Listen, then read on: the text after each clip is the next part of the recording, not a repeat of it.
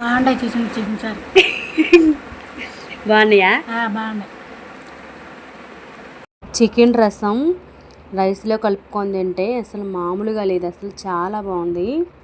ఇంట్లో ఉన్న వాటితోనే చక్కగా ఈజీగా ట్రై చేసుకోవచ్చు. ఏమేమి పదార్థాలో మీరు కూడా చూసేయండి. చక్కగా ఒక 100 గ్రాములు చికెను, 3 టమాటాలు, 1 ఉల్లిపాయ, 2 మసాలా కోసం దీంట్లో కనిపిస్తున్నాయవన్నీ వేయాలి.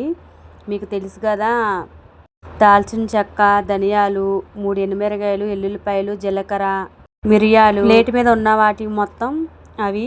నెక్స్ట్ వచ్చేసి కొంచెం చింతపండు. అయితే ఇప్పుడు ఆ మసాలాలు మనం చక్కగా ఫ్రై చేసుకుందాం లైట్గా. ఈ ఫ్రై చేసిన మసాలాని మనం మిక్సీ పట్టుకొని పొడి చేసుకుందాం. మెయిన్ ఇంపార్టెంట్ ఏదంటే ఈ మసాలాని మాడకూడదు, చక్కగా లైట్గా ఫ్రై చేసి చాలు. ఫ్రై చేస్తే ఇదైతే నేను మిక్సీ జార్లో వేస్తున్నా.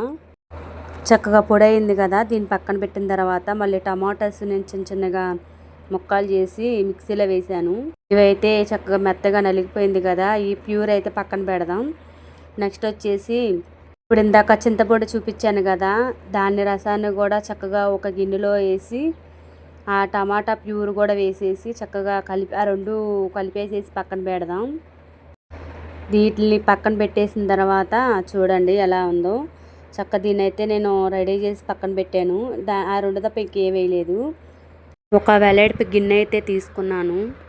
ఆయిల్ వేసి అది బాగా వేటెక్కిన తర్వాత చికెన్ అయితే వేసాను.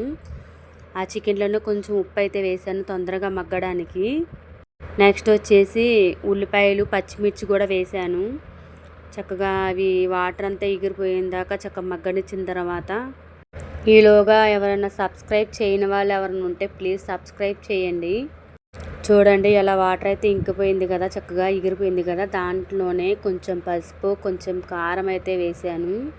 వేసిన తర్వాత చక్కగా మొత్తం తిప్పేసాను. తిప్పిన తర్వాత ఒక 5 మినిట్స్ అయితే అలా ఉంచేద్దాం. మైమైనా చక్కగా తిప్పుతూ ఉండాలి, లేదంటే ఇది స్టీల్ గిన్నె కదా, అడుగంటికి పోయిద్ది. అందుకని చెప్పి నేను పద్దాకా తిప్పుతున్నాను. లాస్ట్కి ఇలా ఎగిరింది కదా, ఇలా ఎగిరిన తర్వాత ఇందాక మనం మిక్సీ పట్టుకున్న మసాలా అయితే వేసేస్తున్నాను. మెయిన్ ఇంపార్టెంట్ ఈ మసాలానే, ఇది వేస్తేనే చాలా టేస్ట్ బాగుండిద్ది.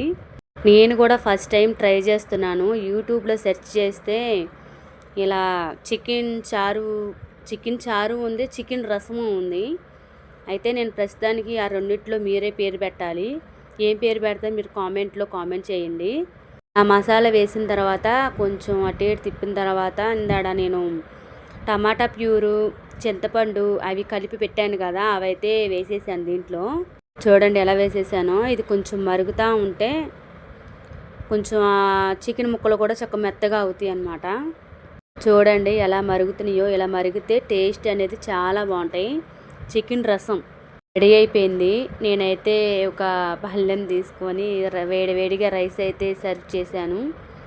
దాంట్లోనే చక్కగా చికెన్ చారు వేసుకొని నేను ఫస్ట్ టైం ట్రై చేశాను. ఇంత బాగా కుదిరిద్దని నేను అసలు అనుకోలేదు. యూట్యూబ్లో నేను ఒక్కసారి చూశాను అంతే. చక్కగా ప్రిపేర్ చేసేసాను. తింటుంటే కూడా చాలా బాగుంది. చక్కగా నోటికి పుల్లగా చక్కగా బాగుంది, స్పైసీగా.